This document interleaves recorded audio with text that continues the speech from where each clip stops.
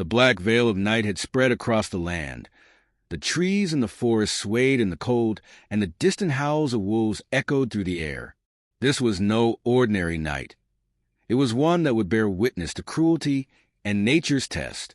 At the edge of a desolate farm, a ruthless farmer stood, clutching an old rope in his hands. His face showed no sympathy, no remorse.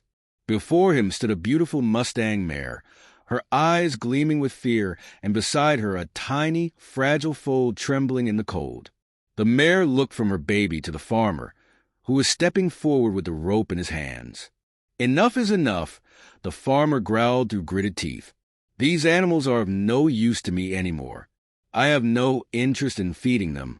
The creatures of the wild need food too, don't they?" He chuckled, but his laughter was filled with cruelty.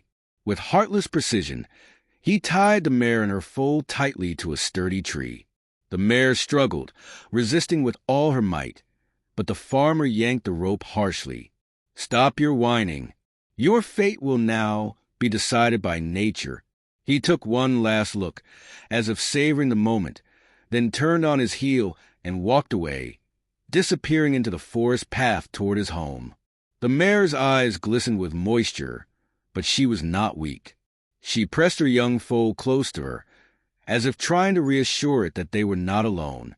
In the moonlight, everything around them was silent, but behind the silence lurked a terrifying reality. The wolves were near. The faint sound of their paws, their movements behind the trees, and the eerie glow of their eyes all signaled their approach.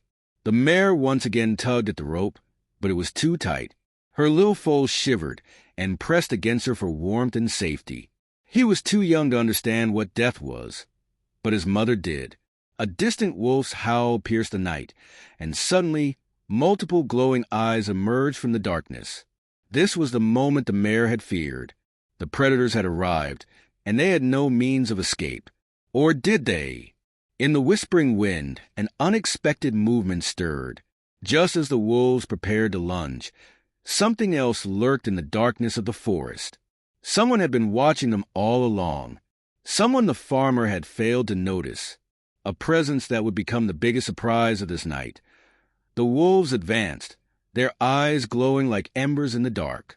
Their snarls rumbled through the still night, a deadly warning to their trapped prey. The Mustang Mare stood firm, shielding her trembling foal behind her, every muscle in her body coiled like a spring.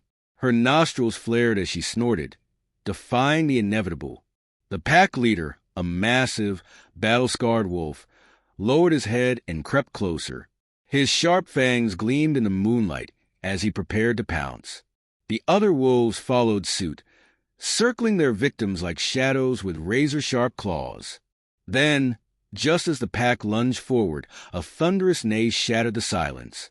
From the darkness, a powerful figure emerged, a wild stallion, its coat dark as midnight, its mane flowing wildly as it galloped toward the wolves.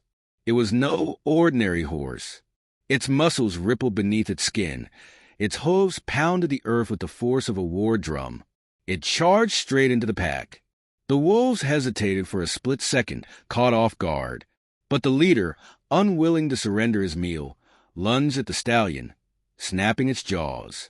In a blur of movement, the stallion reared up and struck with his powerful hooves. Crack!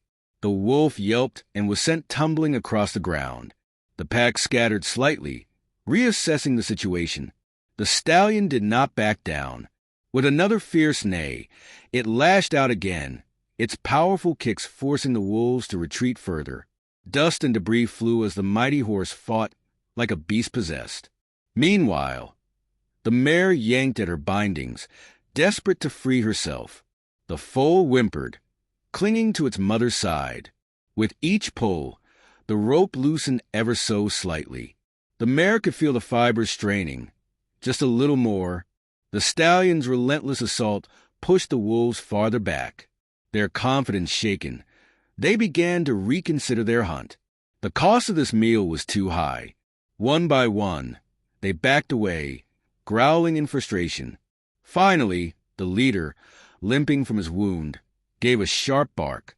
The message was clear: retreat. As the wolves disappeared into the shadows, the stallion turned toward the mare. Their eyes met, a silent exchange of gratitude and understanding. Without hesitation, the stallion bit down on the rope, tugging it with all his strength. The rope strained and snapped. The mare was free. She let out a relieved snort and nuzzled her foal, who whinnied softly in return. The stallion watched for a moment before taking a step back, his job done. Then, without a sound, he turned and disappeared into the night, vanishing as mysteriously as he had arrived. The mare stood there, shaken but alive. She had survived, but she knew they were not safe yet. The farmer would return by morning. The night had been long, but dawn was approaching. The air was still, except for the distant rustling of leaves. The Mustang Mare stood beside her foal, their bodies exhausted, but their spirits unbroken. They were free, but freedom was not enough. They had to escape before the farmer returned. She knew the man would come at sunrise, expecting to find their bones scattered across the ground. But he would find nothing, if she could get her foal to safety before then.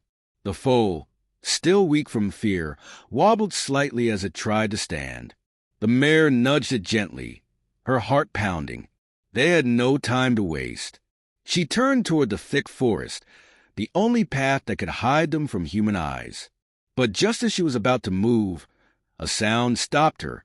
Footsteps, heavy boots crunching against the dry earth. The farmer was coming. She flicked her ears back, her nostrils flaring. The foal, sensing its mother's tension, pressed closer to her. The mare had two choices: run and risk being seen, or stay hidden and risk being caught. The decision was made for her. From behind the trees, the farmer's voice cut through the silence. "What the? Where are they?" She didn't wait.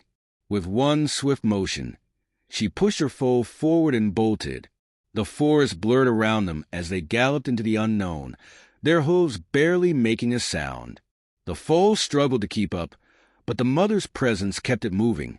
She had to stay ahead. She had to keep running. Behind them, the farmer cursed loudly. The sound of rustling bushes told her he was searching. He was close. Then, suddenly, a gunshot. A deafening crack split the morning air. Birds exploded from the trees, and the mare's heart stopped. Had he hit them? She skidded to a halt, frantically checking her foal. No wounds. No blood. The shot had missed, but the next one might not. She had to lose him. Then, through the trees, she saw it, a river. Cold, rushing water. A crossing would erase their scent and give them a chance to escape for good. She turned sharply, guiding her foal toward the banks. Another gunshot rang out closer. She didn't stop. With one final burst of energy, she leaped into the river. The icy current shocked her muscles, but she fought against it, urging her foal forward. The young one panicked, splashing, but she stayed beside it, keeping it steady. The water pulled at them, trying to drag them away, but she kept swimming. They had to make it across. The sound of the farmer's shouts faded. The river had done its job. By the time they reached the other side, the sun had begun to rise, painting the sky in shades of gold. The mare, drenched and exhausted, turned to look back. No sign of the farmer. No sign of the farm. They were free. The foal, shivering but safe, nestled against her. The mare nuzzled it softly, a promise in her touch. They had survived, and now they would live. The sun crested over the horizon, painting the sky with hues of amber and crimson. The Mustang Mare stood on a grassy hill, her foal nestled against her side. Their bodies were damp from the river, their legs trembling from exhaustion, but their spirits unbroken. They had made it. They had escaped. For the first time in their lives, they were truly free. The mare turned her head, her dark eyes scanning the land they had left behind. The farm was nowhere in sight. The cruel farmer, who had abandoned them to be devoured by wolves, was lost in another world, a world of fences, chains, and ownership. But they no longer belonged to him. They belonged to the wild. The foal let out a small, unsteady whinny, and the mare nuzzled it gently. She could feel its heartbeat, still fast from the fear of the chase, but slowing now, calming. The little one had fought against the odds, had survived the night of terror, and in that survival, it had learned the first rule of the wild. Only the strong endure. But was it just strength that had saved them? No. It was courage. It was the will to fight. It was a stallion that had come from the darkness, an untamed warrior who had faced down the wolves with nothing but his hooves and his fire. It was the river, a force of nature that had carried them beyond the farmer's reach. It was fate, perhaps, or something greater, that had given them a second chance. The mare lifted her head toward the sky and let out a deep, resounding neigh. It was not a call for help. It was not a cry of fear. It was a declaration that she was still standing, that she had not given up, that no rope, no wolves, no bullets, no man would ever break her again. The foal watched its mother and, as if understanding the meaning behind her call, let out a small whinny of its own, a new beginning, as the golden morning bathed the land in light. The mare took a step forward, her hooves sinking into the damp earth. She did not hesitate. She did not look back again. There was nothing left behind her, only pain, captivity, and betrayal. Ahead of her, endless freedom. The wind rushed past her mane as she began to run, her foal stumbling after her, then quickly finding its rhythm. The two of them galloped into the open wilderness, toward the rolling hills and the untouched forest beyond. They would have struggles. The wild was unforgiving, but it was their home now. They would find new dangers, but they would also find herds to run with. They would face hardship, but they would also know joy. And as long as they had each other, nothing, not man, not beast, not fate itself, would ever break their spirits again. They were Mustangs. They were free, and they would never be tamed,